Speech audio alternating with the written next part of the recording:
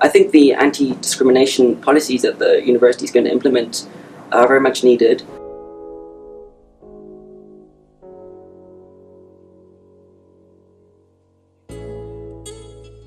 I'm all for it. I hope that all forms of discrimination can be included in it. Homophobia, transphobia, sexism, all of that should be included.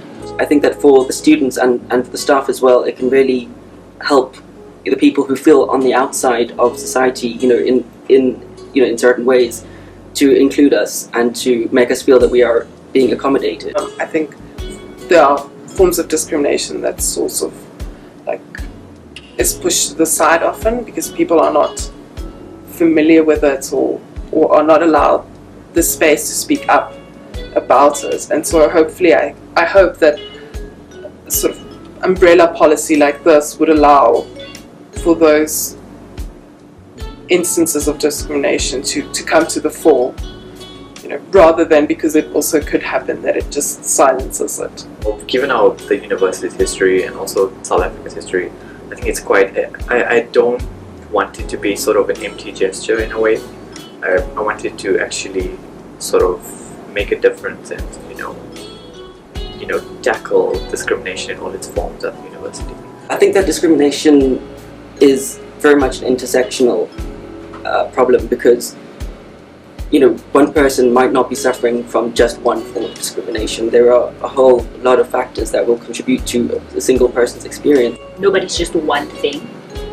So then, they can experience all forms of discrimination, racial discrimination. If you're black and gay, you have 2 points against you. If you're black, gay and a man, you already have 3 points against you. Or could be an albino and person with disability and experience all these things at once. Yeah, so it's very possible. In fact, it is more possible than having discrimination on a single ground. If I were to experience abuse or discrimination or such things, I wouldn't exactly know how to address it or to sort of follow a path that would perpetrate. The perpetrator would be held accountable. So I think yes, we need a crisis center in a way where one can just it's easy to access and where you can just walk in and open a case or demand justice. People should be punished for discrimination. I mean, it is in some essence a crime to discriminate against somebody. So yeah, I mean, I'd like to see sanctions, being asked to apologize, public apology, written apologies. It's important that these people are brought back and made to apologize, are made to restore the relationship they have with the community and with particular victim. This way we renew or reclaim not just the victim's humanity, but the sanctity of the learning space, the sanctity of the university community. I think that the contribution that the Queer Space Collective could have to this,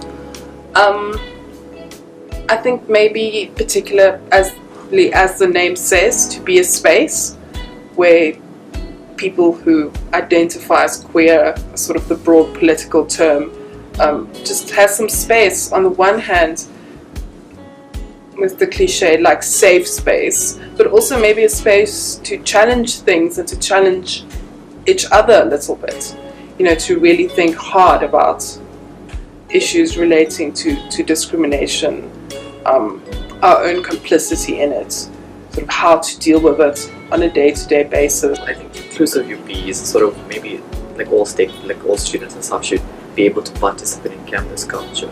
I feel that I just come to university for academic life. I don't feel very included in campus culture. And I know someone told me that campus culture is limited to those that live in residence, and residence culture in itself is quite problematic.